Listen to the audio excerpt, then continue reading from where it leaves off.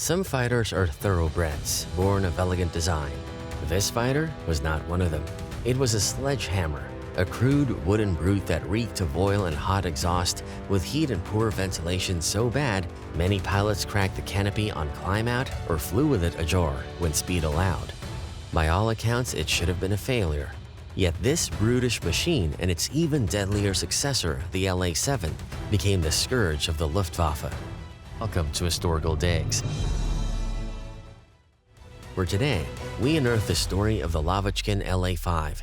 It was a fighter that didn't just fight the enemy, it fought its own pilot, demanding muscle and grit to control. But in the right hands, it was the ultimate ace maker. This is the story of how the Soviet Union turned wood, desperation, and a ridiculously oversized engine into a war-ready weapon. The guaranteed coffin. To understand the La-5's triumph, you first have to understand the disaster it came from. In 1941, as German panzers rolled across the Ukrainian steppe, the Soviet Air Force, the VVS, was being systematically annihilated. Its mainstays were obsolete planes like the I-16, but its new generation of fighters was supposed to change everything.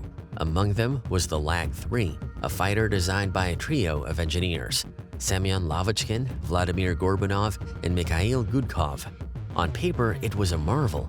It was built not from precious aluminum, which was scarce, but from Delta Dravecina, a type of resin-impregnated laminated wood, making it cheap and easier to mass-produce. But in the air, it was a dog. The Klimov M105 inline engine was tragically underpowered for the heavy wooden airframe. The Lag-3 was slow, sluggish, and had a terrible climb rate. It generally couldn't match the Bf-109 in speed, climb, or sustained turn. Soviet pilots thrown into combat with minimal training quickly developed a morbid sense of humor about their ride. They twisted its official designation, LAG, into a grim acronym, Lackirovany Garantirovanny Grob, the varnished guaranteed coffin. The joke was that the plane was so beautifully polished on the factory floor, it already looked like it was ready for a funeral. By early 1942, Lag-3 production at key plants was being redirected to Yak fighters, and Lavochkin had fallen out of favor. Until his team's radial engine conversion changed everything. Before we continue, make sure to like and subscribe to Historical Digs. Your support keeps history's forgotten warbirds flying, not in the skies, but in memory. A brutish heart for a wooden body. With his reputation and potentially his life on the line, Semyon Lavochkin needed a miracle. He found it in an unlikely place, a massive air-cooled radial engine called the Shvetsov ASH-82. This 1,700 horsepower beast was originally designed for bombers and transport planes, not sleek fighters. The idea of strapping this giant, blunt-nosed radial onto the slim Lag-3 airframe was, to put it mildly, absurd. It was like performing a heart transplant with a sledgehammer. But desperation breeds innovation. Working in a freezing hut, Lavochkin's team took a standard Lag-3 and began hacking it apart. The engineering was brutal and pragmatic.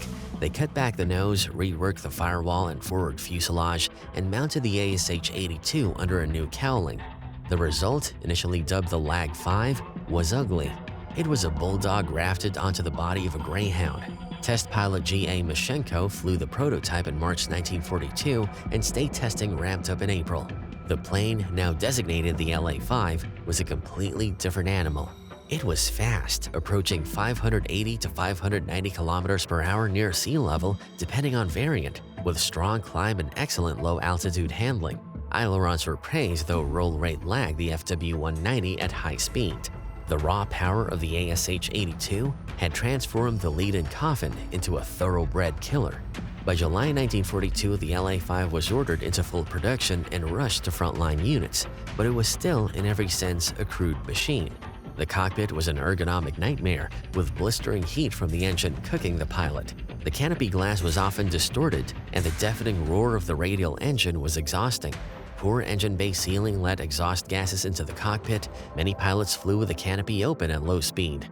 It was a fighter that demanded immense physical strength to fly, a machine as tough and unforgiving as the war it was built to fight.